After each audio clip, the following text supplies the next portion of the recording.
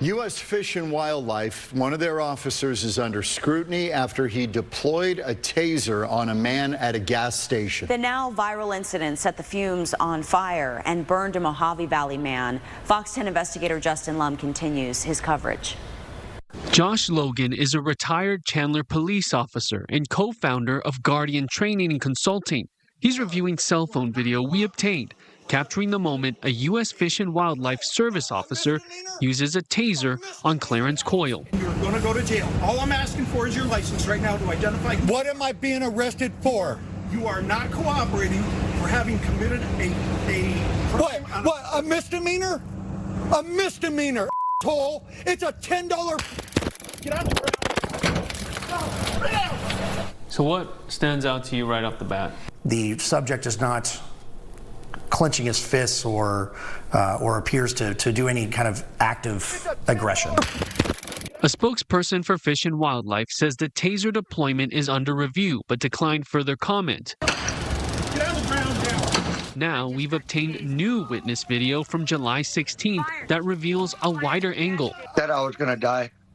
Believe it or not, and it went to straight up instinct to, stop, drop, and roll. 20 minutes earlier, Coyl says the officer accused him of trespassing at the Havasu National Wildlife Refuge. Coyl says he left the area, eventually pulling into this gas station on the Fort Mojave Indian Reservation, where he was confronted by the officer for his ID. The officer, whose name tag reads P. Nielsen, deploys the less lethal weapon just feet away from Coyl, right next to a gas pump.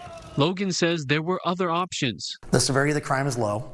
The threat to officers or public, I would say, is low. And the threat to potentially escalate or de-escalate is medium to low at that point. Is there any de-escalation tactic that's being used that you see? Well, de-escalation is a word that we use in use of force training. Understand that de-escalation can go up and down.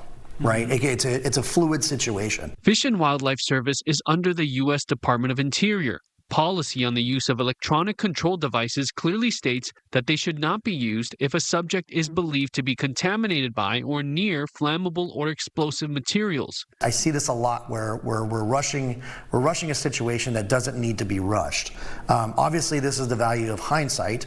If this individual didn't catch on fire, would it have been as a big of a report? Maybe, maybe not.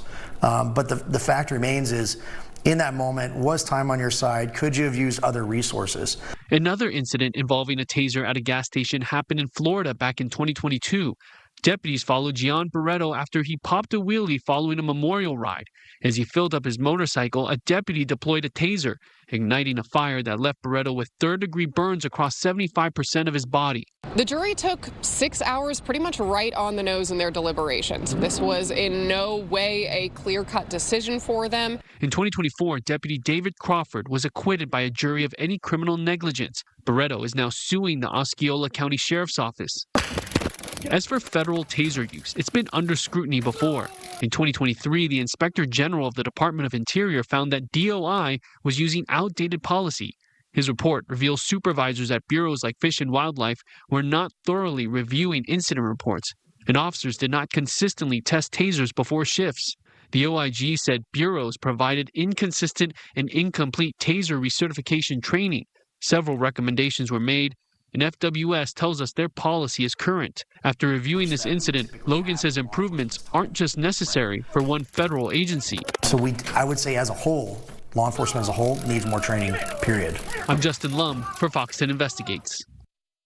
And you can find all of Justin's investigations posted on YouTube right now. Just scan the QR code there on your screen.